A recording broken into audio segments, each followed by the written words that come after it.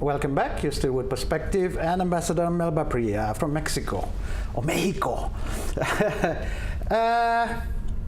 From all this agreement, where are we now? Are they followed through? Yes. We have a lot of work bilaterally in cooperation, and some work better than others. But as I said, look, if we have one activity a year in each one of the agreements, we have 17 issues going on. What do they cover, the 17 issues? Well, for example, let me tell you about fishery. We work around many issues of fishery, but for the time being, the interest of Indonesia is Mexico has been very good at sport fishing. Sport fishing. Sport fishing. So luxury sport fishing. Like luxury sport fishing. Okay. So how do you do that, and how to deal with that in Indonesia? So we're sharing our experience. I'm sure that some of our experience will benefit. We are both working on enhancing better specimens, and I'm not talking about now sports, but I'm talking about normal fishery, and about custom to fishing and things like that. In health, we are looking into dengue. We're looking into when you vaccines. say you were looking, is in they terms are working. Research? Yes. They are working. So both teams are working dengue. They're working into vaccines for dengue. The different straits, the different straits of dengue. Because as you know, I'm not a specialist, of course, but these type of ailments have strains. So the Mexican strain versus the Indonesian strain. How can we share knowledge and work around that? So vaccines.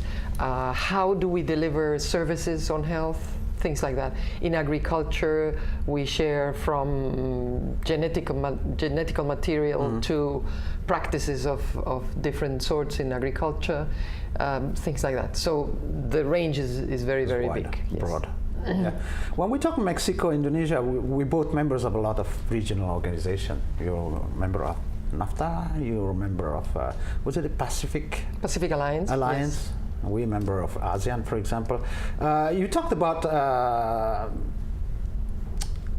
preparing the way so that Indonesia, when it thinks of of Latin America, it's Mexico, and I think Indonesia is doing the same thing. So that Mexico, if they want to talk about Southeast Asia at the beginning, should be thinking about Indonesia. Is this process going well?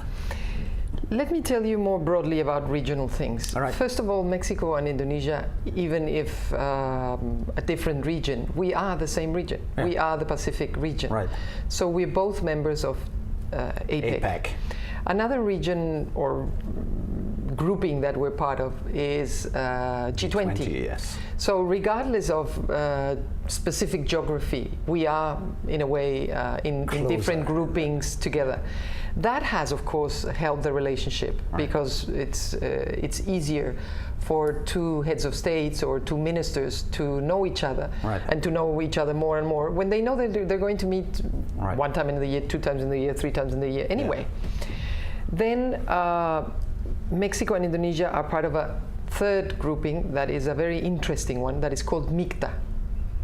That is Mexico, Indonesia, Korea, Turkey, and Australia. I thought there was Nigeria before there. No, MICTA. Okay. So MICTA is a very interesting grouping because you have middle-sized economies that have very large populations, that are members of G20, that are like-minded. So we all do, democracy and things like that.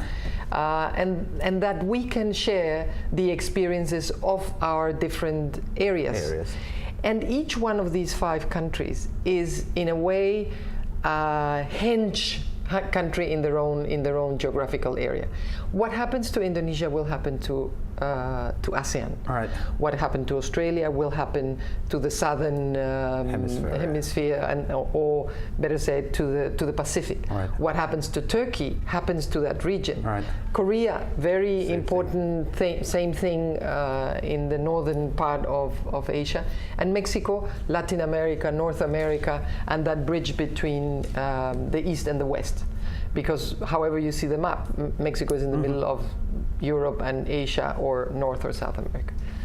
So that is a more broader geographical sort of picture. And then, of course, when we see ASEAN, we want to see Indonesia first, because Indonesia is not only a founding father of ASEAN, but it's the biggest economy of ASEAN. Right. We have had important relations with Indonesia. We understand what Indonesia means for ASEAN. It is the heart of the ASEAN Secretariat, and we respect Indonesia for that. So, of course, we have many friendly relations with the members of ASEAN, but Indonesia is important. NAFTA is a free trade agreement, and a very important one, maybe because it was one of the first free trade agreements of that size and of that capacity. But Mexico has, together with Chile, the biggest range of free trade agreements in the world. So we have bilaterally. Yes, we have 32. Well, bilateral and multilateral, because when you talk the European Union and NAFTA, it's a trilateral. Right. So we have 32 free trade agreements. Funnily enough, now talking about free trade agreements, the first free trade agreement of Mexico was with Indonesia. Really? Yes, in 1962, President Sukarno signed an agreement with Mexico on free trade on cotton and on specific items. Yes, on specific items. Then, well, you know, the world maybe wasn't ready for free trade then, as it is sometimes not ready now. But it was very interesting to see through our archives, you know. Wow, that's interesting. I've never heard about that. Signed agreement between both our presidents as free trade, 1962, Mexico, Indonesia. Right, let's continue after the break. See you later.